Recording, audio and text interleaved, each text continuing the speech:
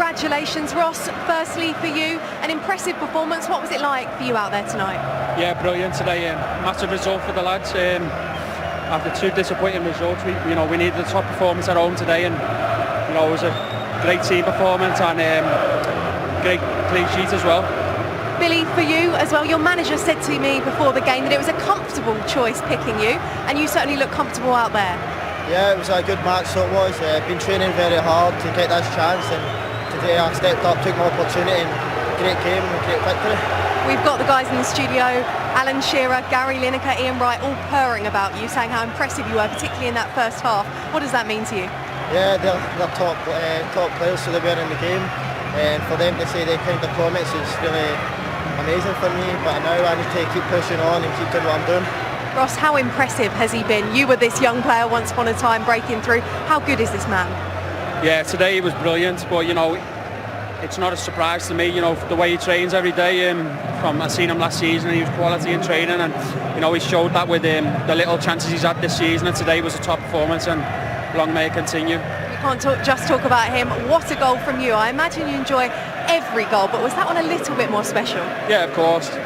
Scoring against Liverpool's massive for me, supporting Everton and playing for Everton, it's always a dream to score against Liverpool, but not only that, we're into the next round, and that's the main thing. It is the main thing. Billy, what would it mean to Chelsea to go all the way in this competition? You're down to the last 8. Oh, it'd be massive, so it was. Hopefully we can go all the way and get some trophies at the end. Brilliant. Well, gents, thank you so much. Ross, Billy is the man of the match. If you could please do the honours. Well played. Cheers, lads. What a cracking performance from him, though. We'll come to him shortly, but... Yeah. Well, Frank said before the game, he's playing because he deserves to play. Jorginho is now suspended for the next couple of games. So he's put a performance in tonight that has said to the manager, you have to keep me in this team. He's worked hard. You heard Ross saying that he's been impressive in training. He was mightily impressive out on that pitch tonight against some big name players, against a huge football club in Liverpool, and nothing fazed him, and deservedly got man of the match. He was magnificent. I didn't come for your overview, Ian. It was quite a performance, really, from Chelsea. Yeah, they deserve all the plaudits, and he deserves the man of the match and the plaudits he's getting. Liverpool very disappointing.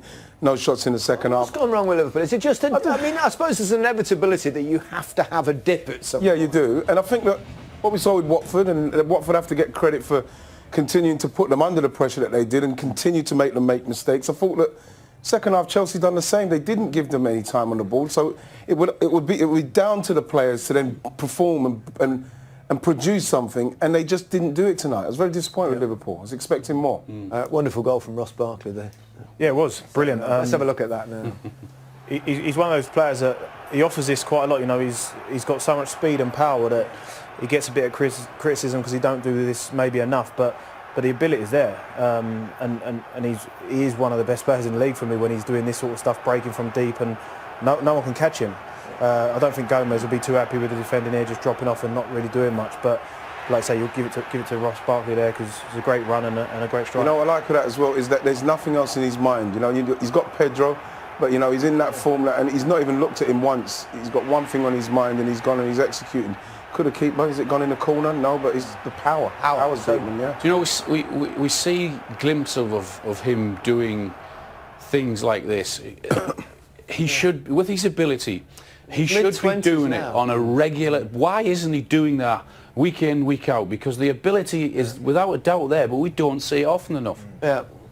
I think sometimes it looks like he doesn't know what he wants to do all the time. He sets off on a run, but then he sort of seems like he's questioning himself all the time. You'd like to see him a bit more single-minded and go on those runs exactly like that and just let the shots go. That goal tonight I thought epitomised everything what Chelsea were about in terms of Pedro closing down in the right-back position, then winning it in the middle of the park, and then the way he broke to give Ross Barkley that option on his right-hand side. That was the work rate, that was the closing down, that summed Chelsea up tonight. Let's have a look at the first goal.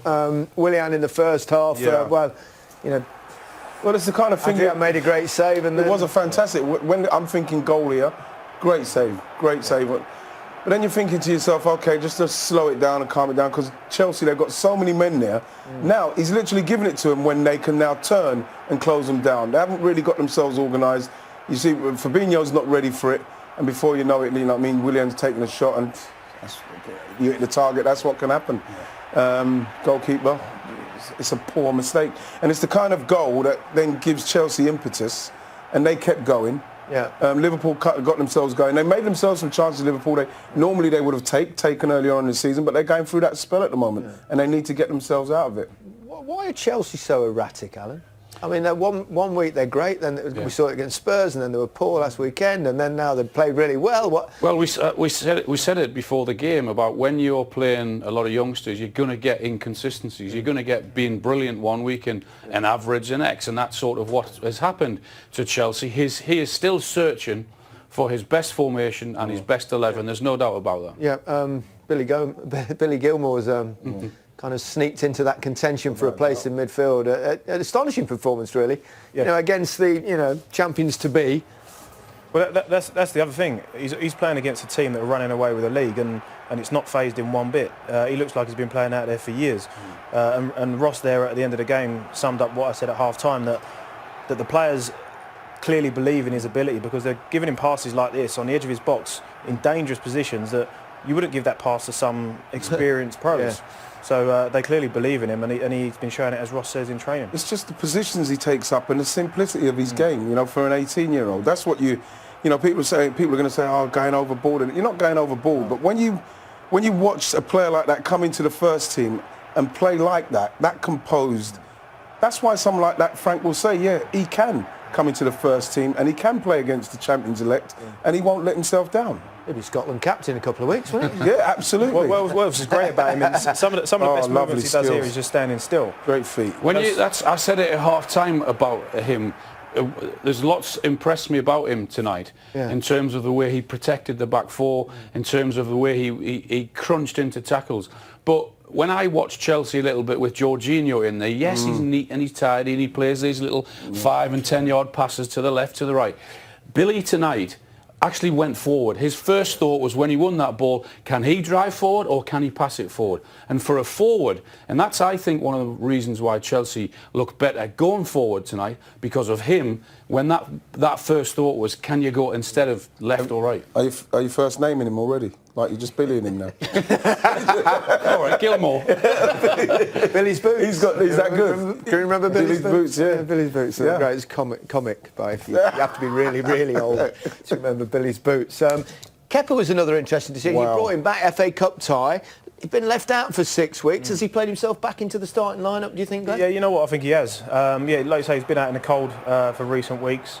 Obviously, for whatever reason, but I think today, some of these opportunities he should be saving.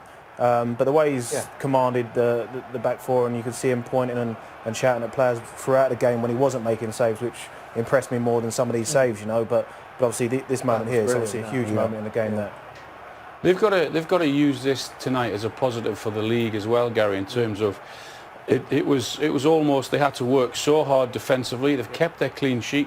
They've looked a real threat going forward in terms of the chances that they've created, Chelsea. So going forward in terms of the league, that's what's been missing. They've got to put a long run of performances together. I mean, Frank sometimes said we've missed too many chances, Yeah.